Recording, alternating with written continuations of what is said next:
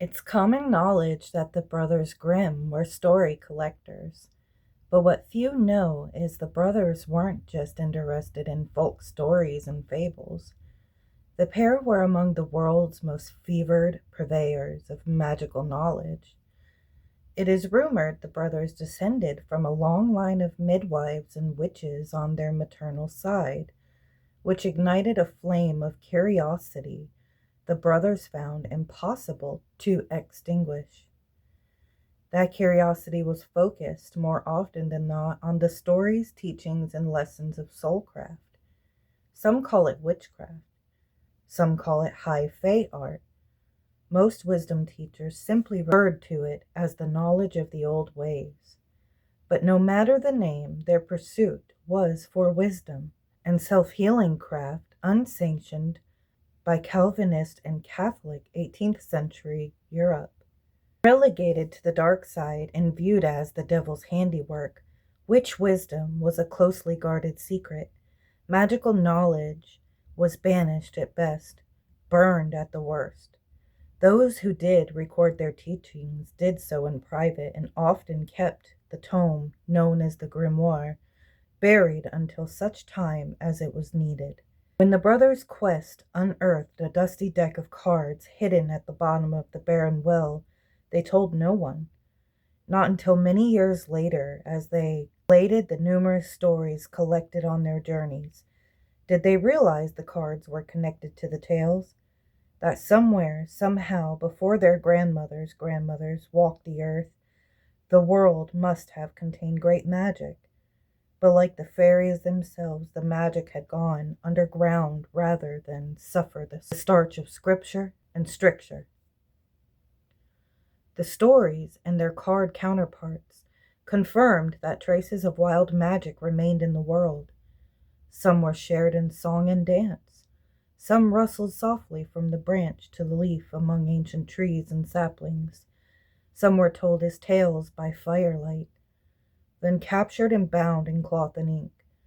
And some, it would seem, were distilled into images and symbols like the ones found on these cards.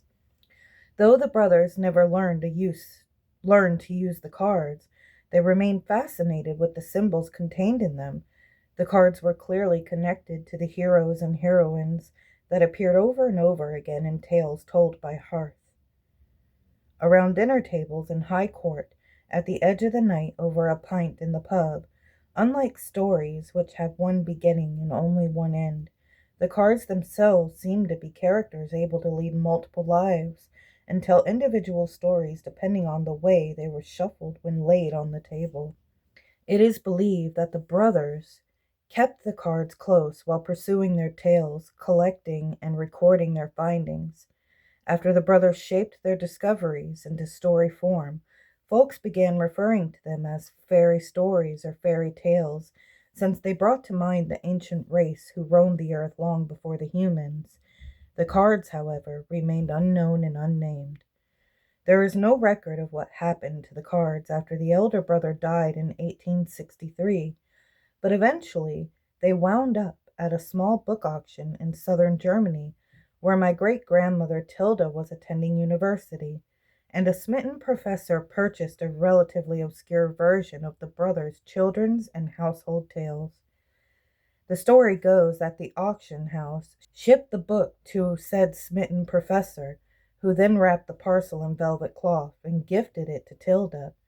When unwrapped, the box contained both the book and a tiny wooden box of 78 cards. When queried, no one at the auction house could explain what they were nor how they got into shipment, and Tilda kept them. Okay, Darklings, so that was the introduction written from the book. And as you probably guessed, we are going to be doing a review and flip through of the Grimm Tales Tarot. I'm so excited to be exploring this deck with you guys today. I vaguely peeked through it, but I did not really go through the whole deck and just look at them and enjoy every card. So I want to do that with you. I am so grateful because from the moment I saw this deck online, I was like, I need it. I need this in my life. I'm a huge Brothers Grimm fan. When I was a kid, those were my favorite stories. And it says in the book, though this isn't based exactly on those tales, it's to give us kind of the same feel for that world, or the same like nostalgic feeling that the Grimm tales had given us as children, right? So thank you, Llewellyn, for sending this to me for my honest review. You guys, please bear with me. I am getting over a cold. So my voice may sound a little bit funny today. Anyway, let's get right into it. So right off, I absolutely love this box. That is so pretty. So, so pretty. At first, I thought they were ravens till I took a really good look. And I was like, oh, those aren't ravens. The side. Look at that. Oh my gosh. And here's the back.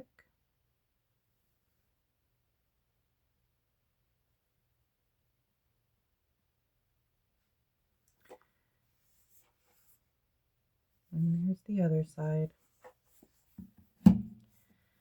It's a magnetic box, so I do like these, and it's very durable. So, wonderful box. The book, since I have it out, we'll go ahead and just kind of take a look. Very good quality. I loved the introduction. So it says, create your real life fairy tale inspired by the rich world of Victorian fairy tales and the grim realm of storytelling. This captivating deck helps you be the hero of your own tale. Fiona Edgewood reveals the secrets behind the 78 surreal Gothic images and the roles they play in your divinatory adventure. Her guidebook provides keywords and detailed insight on every card, also featuring sample spreads and advice on getting started. This book connects the cards to your own intuition and empowers your soul. Amazing. You guys know I like spreads. Looks real informational. I like the quality, like the pictures of it in here. It's a good book. Ooh, you guys, like I adore the inside design to this. Oh my gosh. I think it is fantastic and phenomenal. I love that so, so much. Look under here. Is this not absolutely gorgeous? I love it. It's almost like you could walk right into that and be in that world. It's phenomenal. I love the box. So for the cards, here's the back, which I love. We got the sides.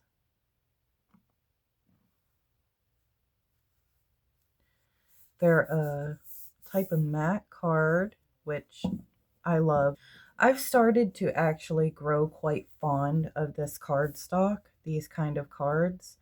I really like them. I think they're better for shuffle. They feel good in my hands. It's becoming one of my favorite type of cards.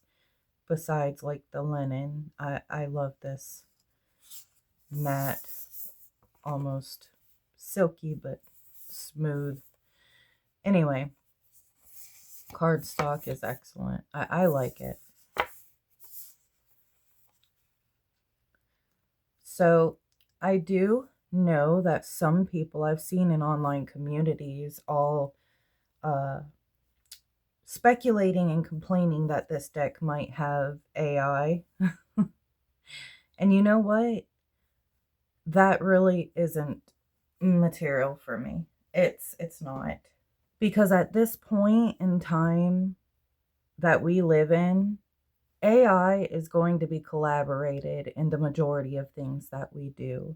And as an AI deck creator myself, I know very well that you can still add your own touch.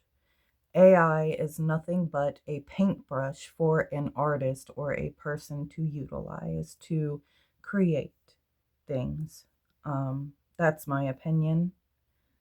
I believe that ethics isn't in the tool, it's in the people. So, with that being said, it doesn't take away from me. And usually, when people create decks with AI, they have to put their own artwork in, or they usually will manually manipulate things and add things or whatever from their own touch. Anyway, I just wanted to clear the air before people are in the comments. That's an AI deck. Yeah, I don't care. It's a beautiful deck, and that doesn't matter to me. I feel like we shouldn't judge AI harshly, but it's the person and their deeds, right? So let's look at the cards. The Fool. I would love a house like that. I'm just saying. The Magician. Oh my god, look at him.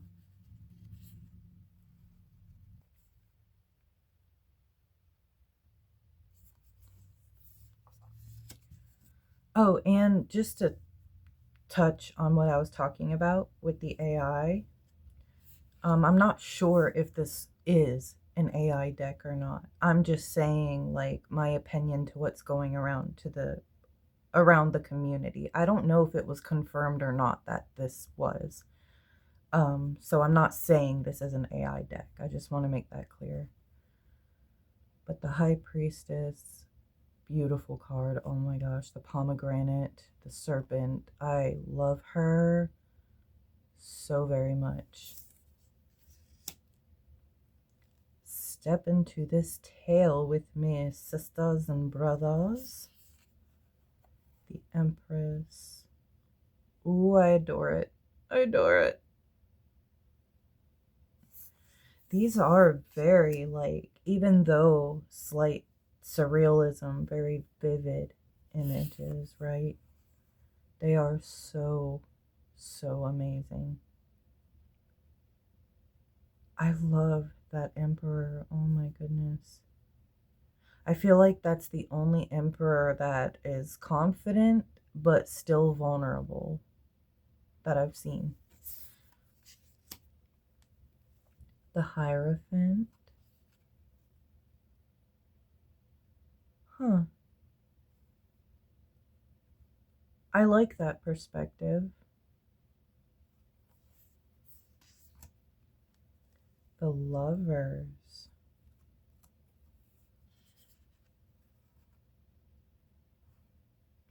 Beautiful. Can see the duality and then the union. Beautiful. The Chariot. Oh, you guys, I'm in love. I'm in love. I'm in love with the tarot.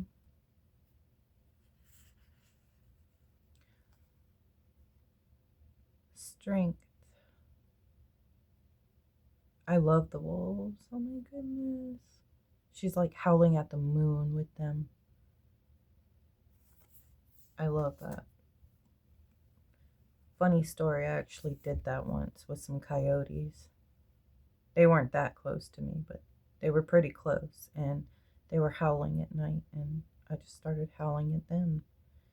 Yeah, don't pretend to try to understand me. The Hermit. It almost reminds me of Baba Yaga. Might be what they were going for, right? I can't wait to get into the book more. Wheel of Fortune is the web. I like that. It seems appropriate. Really appropriate. And it's like the spider isn't the only one weaving. She's helping. That's cool. I like that Wheel of Fortune. Justice. Ooh. That's a great card. Look at the ravens, a white and a black one. That is fantastic. Epic. Love it. The Hanged Man. Aww. That is beautiful. I love the Gothic tones and touch in these cards. Death. Oh, wow. You know what that almost reminds me of? You know what I'm going to say. I'll give you one hint. Feed me, Seymour. Yeah? No? Am I getting too old for people to remember that movie? Okay. Well, if you haven't seen Little Shop of Horrors, watch it. Beautiful. Temperance. Ooh, I'm loving it. It very much feels penny dreadful almost to me. And that's what I love about it. It's weird. It makes you question, but still has such a beauty and a Gothic romance to it. And also a bit of that Gothic terror. It's perfect. Like every detail brought to the cards to relay that is perfectly placed. I like this devil card a lot. He's so cute too, by the way. The Tower. Ooh. I like it. It's interesting. The Star. Oh my god. Yes, yes, yes. Look at that. Look at it. It's amazing. Guys, I love this. It's so beautiful. I love this gold that's kind of around the cards, several of them, and the little writing. I hope you can see that. But they have like very faint writing on them, and I think it just really adds to the touch and the style. Oh, I love the Moon card. It's in the web. Oh, wow. So the star, the moon, and the sun. Look at that. I love those three cards and the High Priestess so far. They're my favorite so far. And I do love the Devil, but I can see myself working a lot with this deck. A lot. With death comes life, right? Beautiful. Judgment. Wow. I love all the winged archetypes in this deck. The Magician, I believe, had wings. Oh, look at the world. And it's like, what world? Because, or which world? Because she's got a door behind her. So that could mean many worlds. And again, that like very faint writing. I love that. To kind of hold that feel of like the literature tales. Very, very nice touch to the creator. I love this card. It's on the box. I love that image.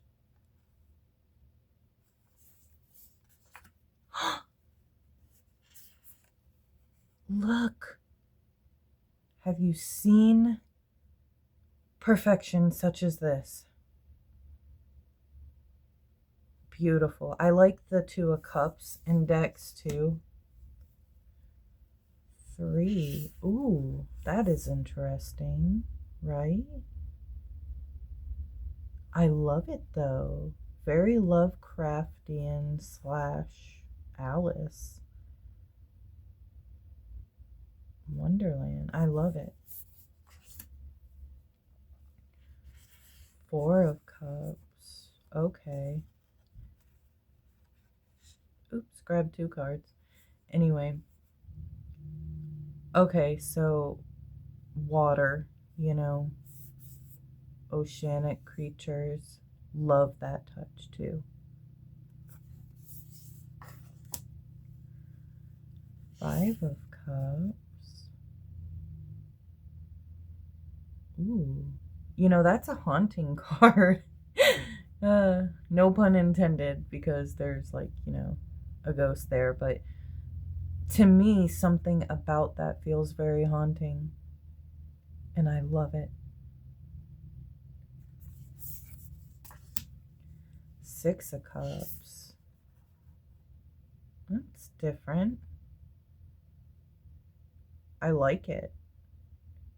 How many tales as a kid did we hear that involved pirates? Seven of Cups. Ooh. Very beautiful.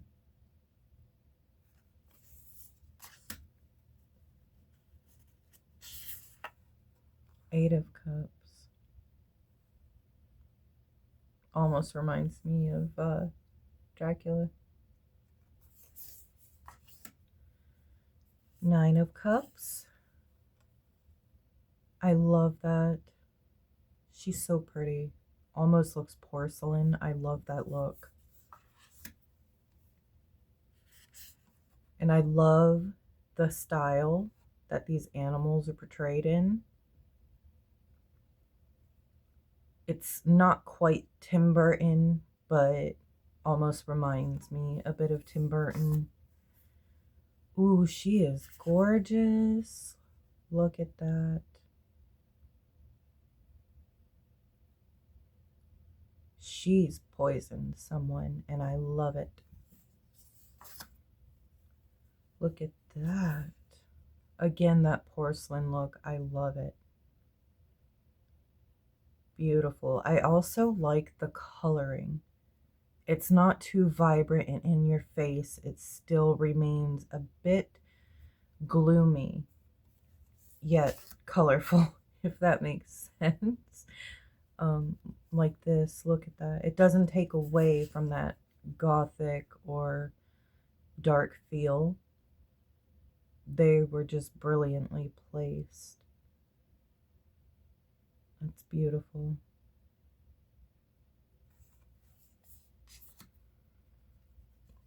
King of Cups. I like the pirates. Ace of Pentacles.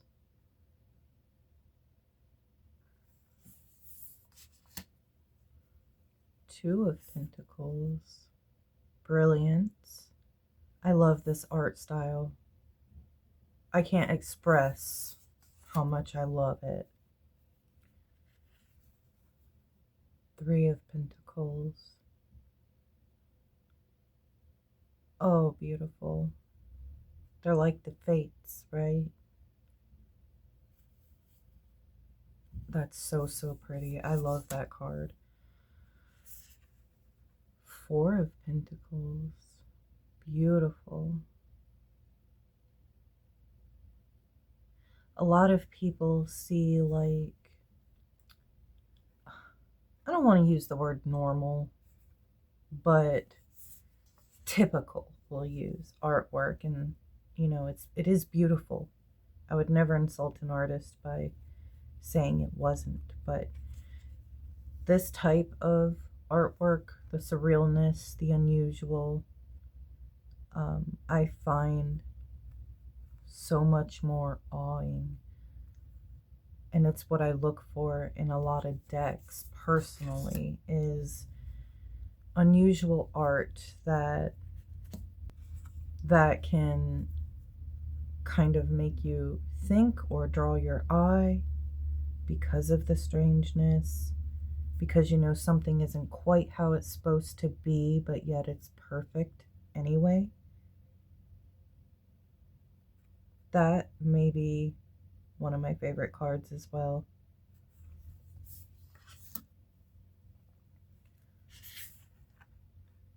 Seven of Pentacles. How cute.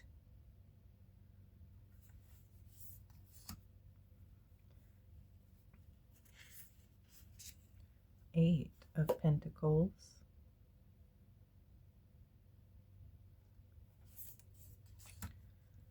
Ooh, look at that. She is so, so pretty. I love the black lipstick and eyeshadow and her porcelain skin. I think paleness is beautiful too. I know. But I think there's a beauty in very pale skin. Ten of Pentacles. I love that board.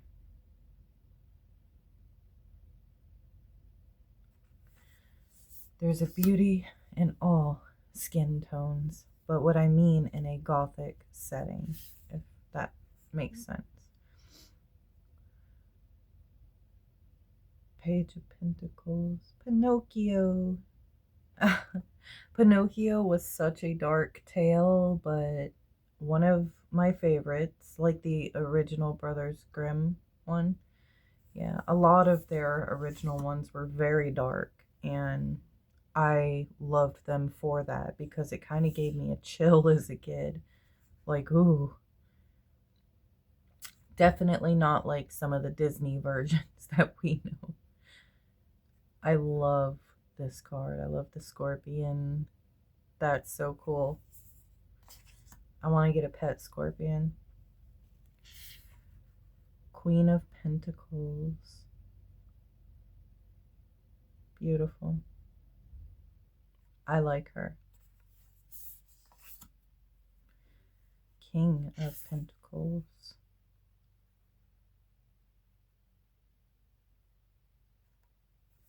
Sleepy Hollow legend almost, but I also think of Jack, right? The Pumpkin King. Oh, that is such a pretty card. That is so cute. The coloring, the vivid, like, dream-like state I see in this card. In this deck. Is that my man, Edward?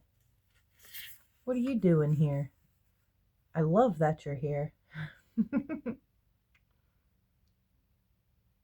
He is great.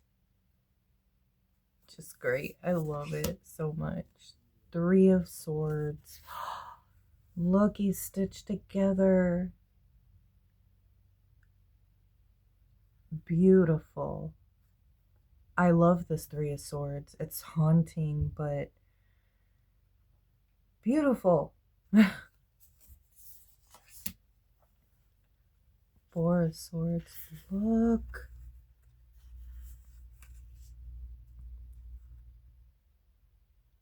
It's almost like our girl Wednesday in a way. I love it. Cerberus. Hello. Oh, I love him. It's so cute.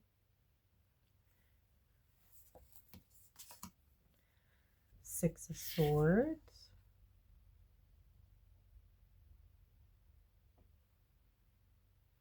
I love the rabbits.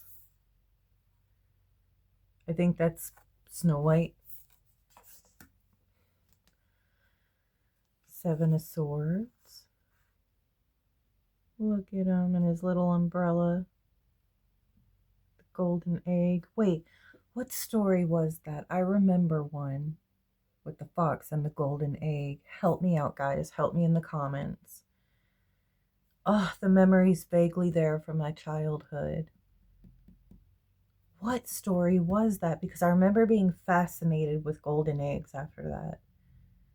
Oh, man, that's going to bother me now. Help me in the comments, guys, if you know. What childhood story was that?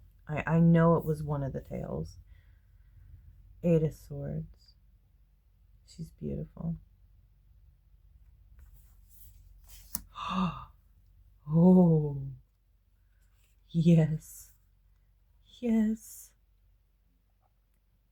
Amazing. amazing, amazing. I love all the snakes. Medusa, darling, you are exquisite. Oh, look at the voodoo doll. Oh my god. So I collect the little yarn dolls. I don't know, I have an obsession with them. Isn't that cute? This card, I love it. I love this deck, you guys. I can see this deck staying next to me for the next like several months. Page of Swords, look at that. I mean, it's gonna be by my side forever, you know. But we all have that like go-to deck for our daily personal readings. And this one will probably be mine for a while. So let me rephrase. I like that he's riding on a bee. Or she, or they. Beautiful. Ooh, look at the Queen of Swords.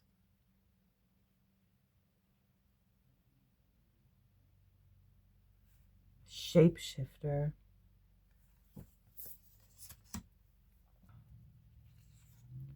King of Swords. Ooh, I love it. Very almost steampunky, but more Victorian goth. Because I think those are sunglasses. I don't know if they're goggles. Yeah, they're sunglasses. I absolutely love it. Love it. Can we normalize dressing like this again, please? Ace of Wands. Look at her. Beautiful. Beautiful. Ooh. I want one of these in my house. I just want a globe. I want to make my house look very old-fashioned, like alchemist, explorer. I will. I will one day. I love the cat.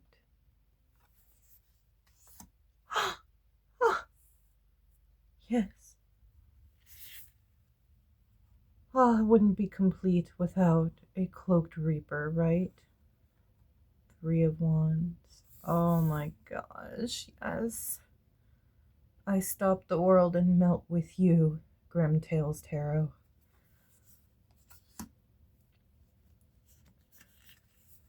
Four of Wands. Look at that.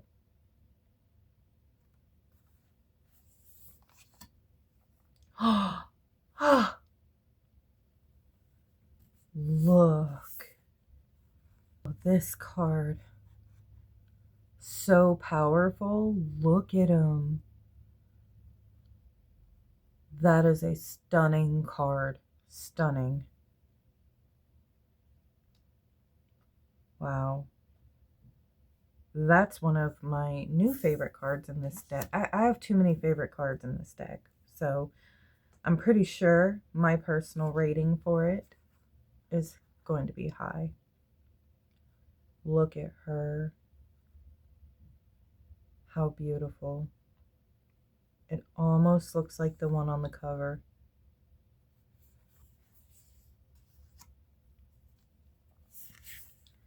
Seven of Wands. I love it. It's almost like a female leader of like her little coven or something.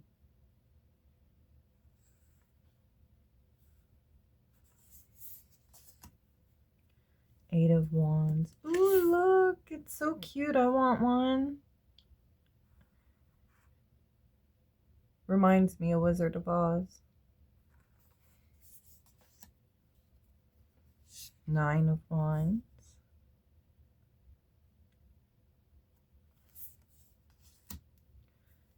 Ten of Wands. Ooh. That like called Mother Hen or... Again, I feel like I know this tale and I don't remember it. Like the details. But I remember it somewhere in my brain. It's sparking some sort of ancient memory. Page of Wands. I love that. Knight of Wands.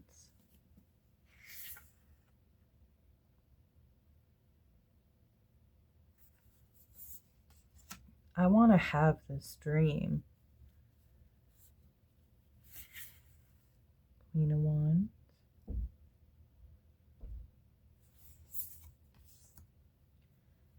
King of Wands.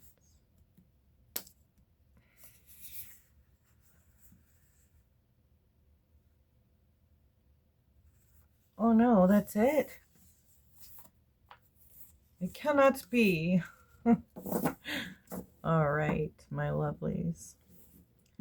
I would like to do a reading.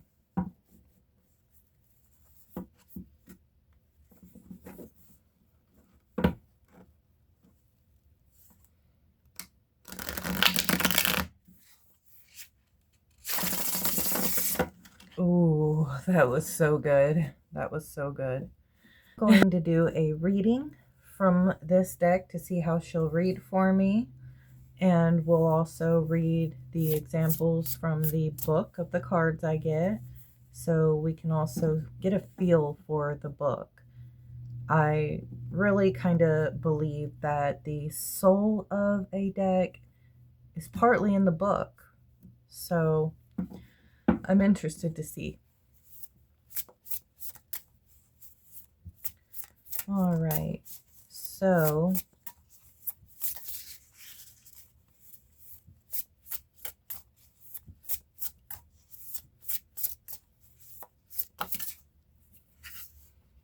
High Priestess,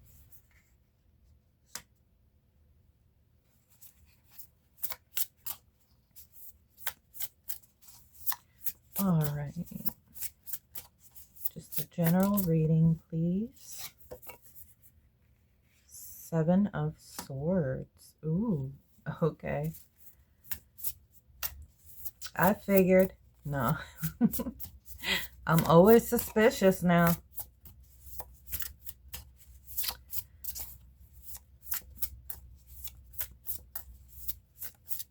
That's why I have trust issues. My tarot decks. Kidding, I was born with them. Eight of Wands. Okay. Let's look what the book says for the High Priestess. The living bridge between above and below, queen of the subconscious realm, wisdom and intuition that comes from the deep, enlightenment that comes from a rich inner life, exploring the depths of consciousness, the spiritual realm embodied, self-trust, sacred knowledge. She is the oracle in your bones. She opens doorways into the unconscious and then invites you to walk between the worlds. A person who can decipher symbols and bring unconscious knowledge into the waking conscious world. Her presence suggests time to pause, dive deep, and seek answers not found in logic alone. This woman invites you to consider the mysteries of your inner world and to strive to understand that there is more happening than meets the eye.